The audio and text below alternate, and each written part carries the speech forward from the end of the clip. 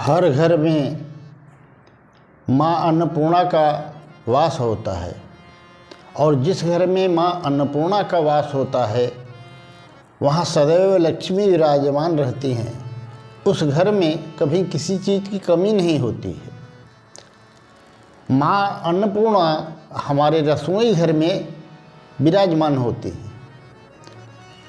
तो माँ अन्नपूर्णा प्रसन्न रहें हम पर सदा, इसके लिए रसोई के कुछ ऐसे नियम हैं जो हम आपको बताने वाले हैं, जिसे जान करके और उसका पालन करके आप अपना जीवन सुखमय आनंदमय बना सकते हैं और खुशहाल रह सकते हैं। तो आइए हम समझें वह कौन सा नियम है जिसे हम पालन करें। पहली बात तो रसोई घर में पूरी पवित्रता रखनी चाहिए। रसोई घर को साफ़ सुथरा तो रखना ही चाहिए, साथ साथ रसोई जो बना रहा हो, माताएं बहनें या भाई जो भी बना रहे हों, उन्हें इस बात का ध्यान रखना चाहिए कि स्वयं वो पवित्र तो हों ही और उनकी मन की भी पवित्रता भोजन बनाते समय होनी चाहिए। ऐसा नहीं कि आप भोजन बना रहे हो, उसमें आपके अंदर क्रोध चल रहा हो, किसी के प्रति ईर्ष्या का भाव हो। नहीं, बिल्कुल पवित्र मन से, शांत मन से प्रेम पूर्वक रसोई बनाएं। इसका मतलब ये है कि देखो, पहले जब भोजन बनता था तो हर घर में गोबर का चौका लगता था। आज समय बदल गया है। अगर गोबर का चौका नहीं लगा सकते तो कम से कम रसोई को पूर्णतः साफ करके गंगा जल का छिड़काव अवश्य करना चाहिए।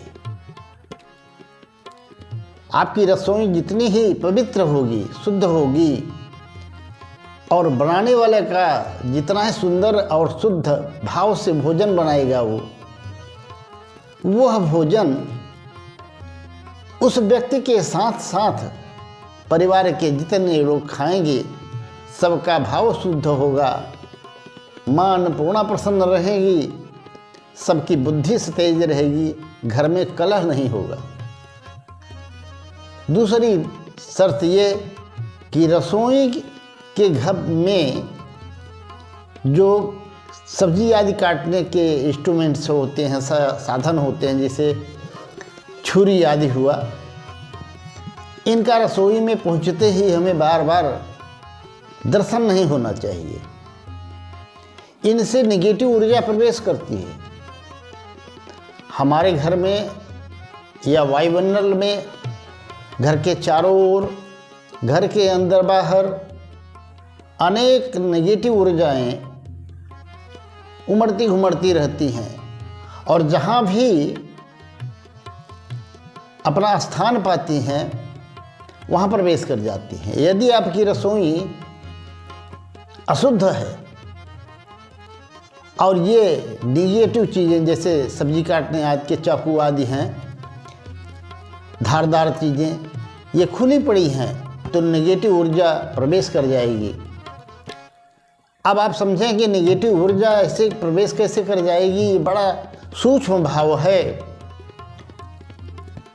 जिसे हम इन प्राकृतिक नेत्रों से नहीं देख सकते, परंतु उनका प्रभाव होता है। जैसे किसी ने कह दिया कि उनके घर में किसी ने कुछ कर दिया, तो आप देख नहीं पाते हो, पर उसका उपाय होता है, वास्तविकता भी होती है।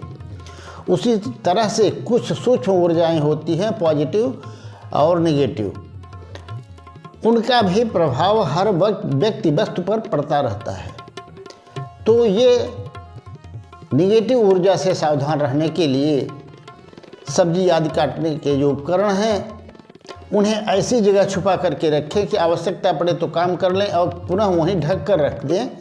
इसका मतलब ये हुआ कि भी आवश्यकता से अधिक उनका दर्शन बार बार आपको न करना पड़े, तो आपके घर में पॉजिटिव ऊर्जा बनी रहेगी, नेगेटिव ऊर्जा नहीं आएगी। और एक नियम ये कि आप घर में जब काम करते हैं ना, कि ये दूध उफनता है, बार बार दूध उफनने का जो कार्य है यह भी हमारे घर में अशुद्धियाँ लाता है और ये ऐसा नहीं होना चाहिए। दूध को इस तरह से गर्म करें कि बहुत ज़्यादा उफान न आए। इसके अलावा तेल घी जैसे आप गर्म करते हैं निकालते हैं तो कभी कभी उसमें से छींटे बाहर आ जाते हैं, जल जाता है, लोग हाथों पर गिर जाते हैं। तो ये कार्य भी नहीं होना चाहिए, इससे भी नेगेटिव ऊर्जा आपके घर के अंदर प्रवेश करती है और माँ अन्नपूर्णा अप्रसन्न रहती हैं, वो प्रसन्न नहीं रहती। तो इन सब नियमों का पालन करें,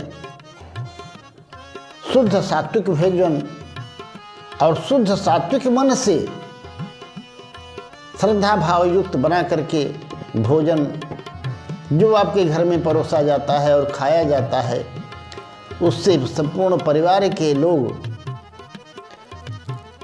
शुद्ध होते हैं, उनका मन प्रसन्न रहता है, घर में क्लेश नहीं होता।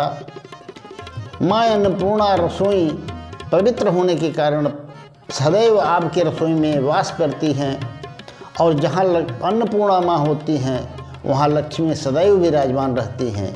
इस उपाय को जान करके आप सब इसका लाभ उठाएं और वीडियो अच्छा लगे तो सब्सक्राइब, लाइक एवं कमेंट में राधे राधे अवश्य लिख दीजिएगा।